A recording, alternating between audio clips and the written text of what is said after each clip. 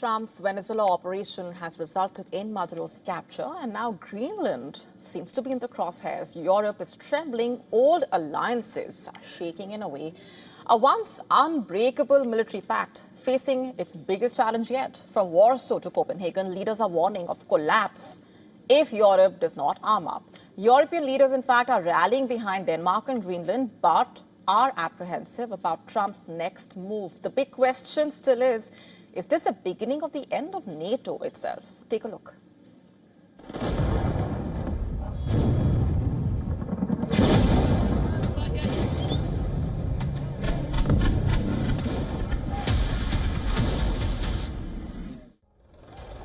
U.S. Delta Force warriors storm Caracas, snatch Maduro in a blitz of fire and fury. The Venezuela president in handcuffs paraded through New York, a show of American might. Trump is eyeing vast reserves of Venezuelan oil. Washington's military intervention in Latin America has reignited fears about Trump's designs, but the shockwaves slam Europe the hardest. Polish Prime Minister Donald Tusk fires a salvo, saying no one takes a weak, divided Europe seriously. Not enemies, not allies. Arm up, unite, or we're finished. The statement follows Trump's territorial taunts on Greenland, a Danish territory. Polish Prime Minister Donald Tusk assures Denmark can count on European solidarity over Greenland, while warning that NATO members should not attack or threaten each other. We must do everything to ensure that European-American ties, these transatlantic ties which are, after all, the foundation of NATO and our security, do not suffer in the coming days and months as a result of various announcements, decisions, or misunderstandings.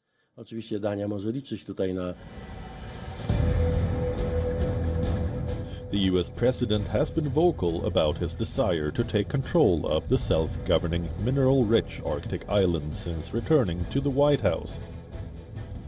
Greenland is on the shortest route for missiles between Russia and the U.S., and Washington already has a military base there. France, Britain, Germany, Italy, Poland and Spain all have backed Denmark, but beyond the assurances, the fear is real.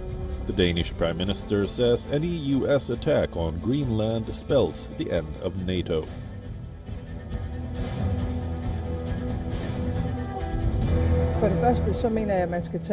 Firstly, I believe that the American president should be taken seriously when he says that he wants Greenland. But I also want to make it clear that if the United States chooses to attack another NATO country militarily, then everything stops. That is, including our NATO and thus the security that has been provided since the end of the Second World War.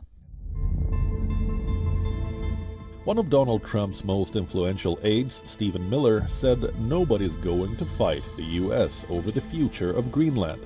The people of Greenland are nervous.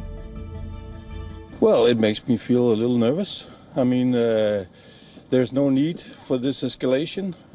Greenland is part of NATO, is part of the Danish kingdom, and he has all the access he wants for the troops, so I see no need. You cannot compare this to Venezuela. He wants power over Greenland. He wants Greenland. So I'm afraid that if he wants it badly enough, he damn well will do it. Experts are blunt. If tomorrow Trump decides to send American troops into Greenland, who would stop him?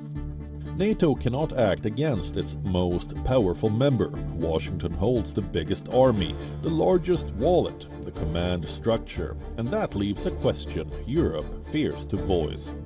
Is NATO truly a shield, or is it breaking apart? Bureau Report, WION, World is One.